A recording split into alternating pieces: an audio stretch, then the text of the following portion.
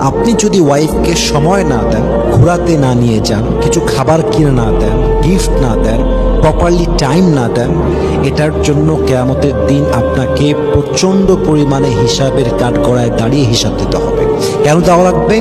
কারণ এটা হকুল ইবাদ, এটা বান্দার হক। আল্লাহর হক হচ্ছে নামাজ, রোজা, হজ, যাকাত। যদি আপনি পালন করতে না পারেন, আল্লাহ চাইলে আপনাকে মাফ করতে পারেন, কারণ এটা আল্লাহর হক।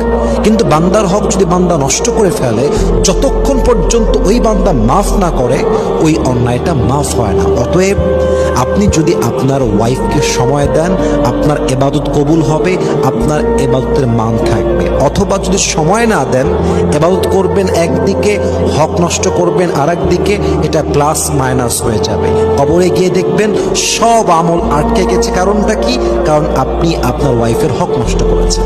এটা কিন্তু মারাত্মক সেন্সিটিভ ব্যাপার। এটা না বুঝলে আপনার জীবনটা বৃথা হয়ে যাবে।